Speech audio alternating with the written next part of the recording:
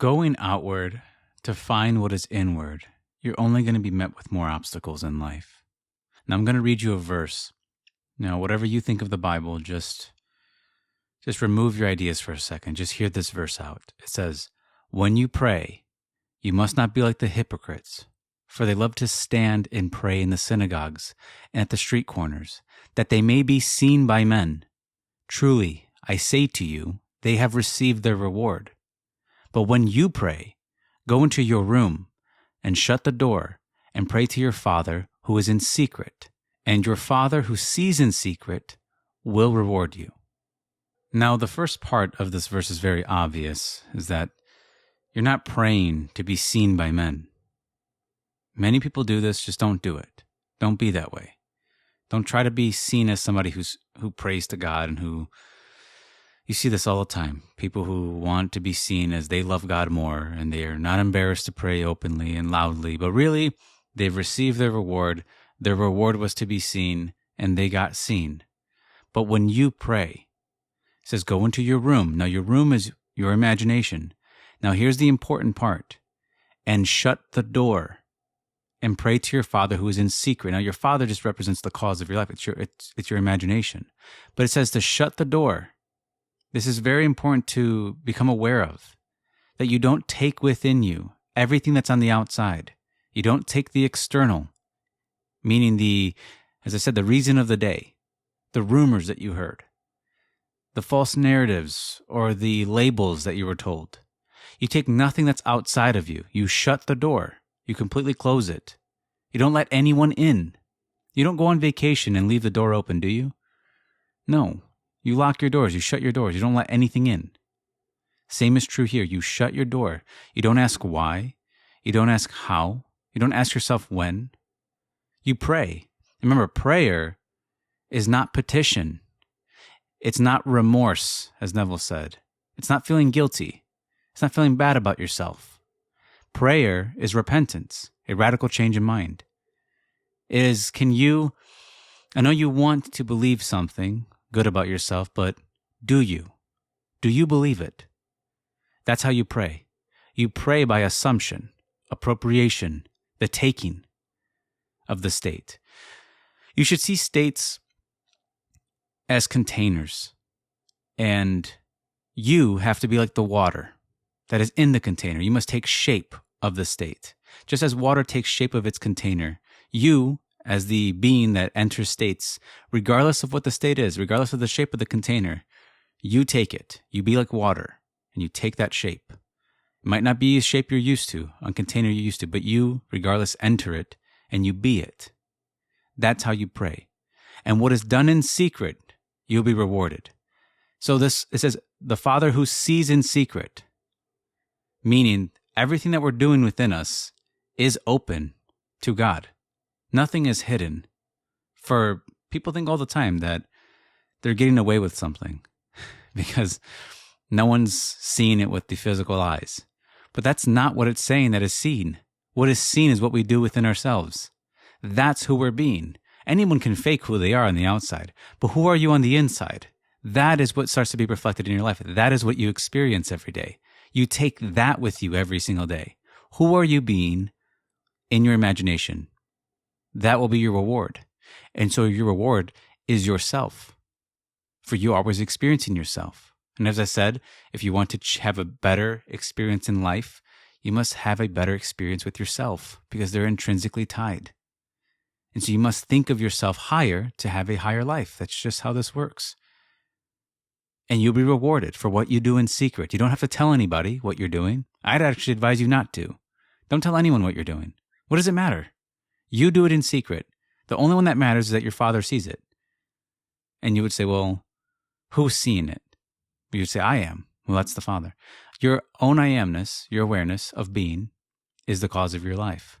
What are you aware of being? Now, you can go into your room and shut the door and change, but really learn to shut the door.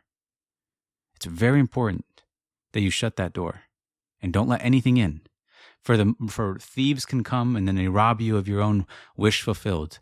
It robs you from feeling yourself to be what you want. The past comes like a thief and takes from you the idea of yourself that you want it to be. Some new rumor comes. Now there's a war. Now there's a battle. Now you're completely so far away, so far removed from what you want it to be. And another way of saying to shut the door is to leave the world alone. Leave it all alone and change the conception of yourself. Change who you are in secret. Nobody needs to know what you're doing. The only one that needs to know is yourself. That's it. Remember, it's self-persuasion, self-convincing. Can you persuade yourself that you are who you would like to be? Now, for some people, different forms of persuasion work. For me, it's just a silencing of everything, and I just accept entirely. I trust. I live entirely upon trust. I trust in my own state that I want to be. I trust myself into it. That's what I do. I don't know how. I don't know when. Those don't matter to me. What matters is that I trust, and I don't need to know when or how to trust. For those are merely conditions that we place upon ourselves to trust something. It is by our imagination and our faith. Our faith in what? Our faith in our own I amness. That I have changed myself into something I want to be. That is how I create my life. Through my imagination and my trust in it. My faith in it. Whatever word you want to use. And I do it all inside of me, in secret. Nobody has to know, but really learn to shut the door. You're going to hear things at times that are going to shake you out of your position. As Neville said, if every rumor or every little thing you hear moves you like a pawn, you're not holding to the faith. You're not remaining loyal to it. And really, that's what Abdullah was trying to teach Neville. Now, they were friends for many years, so he wasn't doing it to be rude to him, but he shut the door on him. When Neville started asking him all these questions about it, he shut the door on him. Now, that's just a symbolic act, in my view, to teach him to shut the door on yourself. You don't have to be rude, and at times I've seen people use that story in a rude way. You don't have to be rude. You just have to shut the door to the external world. Stop letting it dictate who you are on the inside. You walk by faith, not by sight. You walk in your trust in your imagination, and you've shut the door to the outside. You don't worry about what's said. You don't care what was said. You remain loyal to what you're done, because that's how things are created in life. Things are created by faith.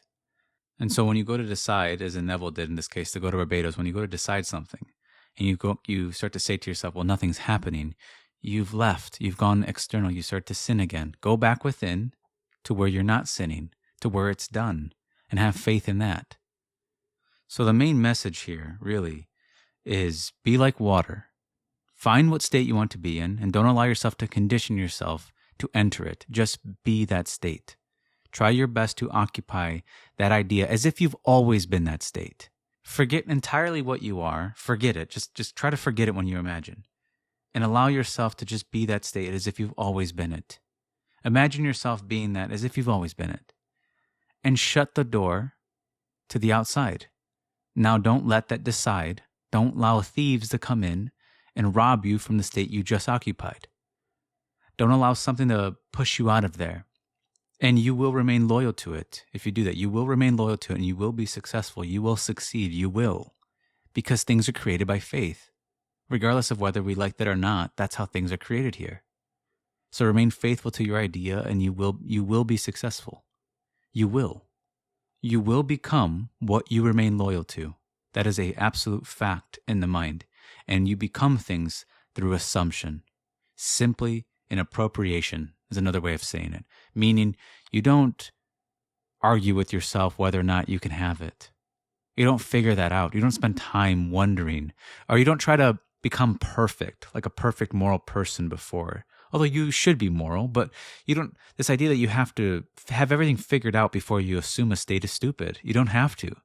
There's no requirement. There's no external requirement for an appropriation of a state of consciousness. How could there be? There can't be. Everything would be made up. You would just make up a new action you need to do. You would make up a new moral. You would make up a new idea that you have to follow. And then you would give up this food and that food, thinking that that's gonna be the thing that allows you to enter that state. You just need to be exactly where you are. All you need is your imagination and your faith in it. That's all you need. And those two things are internal. They're not external to you. You can't lose them. They're forever within you. And that's all you need to change your life. And so I'm going to end that one here. I do hope that verse is very important to me. I've always loved that verse. I always have. Because I would see people read this verse and then completely do the opposite of it. It used to blow my mind when I would see it. So I just wanted to talk about it. But again, I'm going to end it here. And I just want to say I appreciate everybody's support on the book. It is out in paperback, and I know that people wanted a physical copy. Just go to the description. It's there. I do one-on-ones and live streaming. If you want to join those, go to the description as well. Just email me. It's all there. But again, I thank you guys for listening, and take care.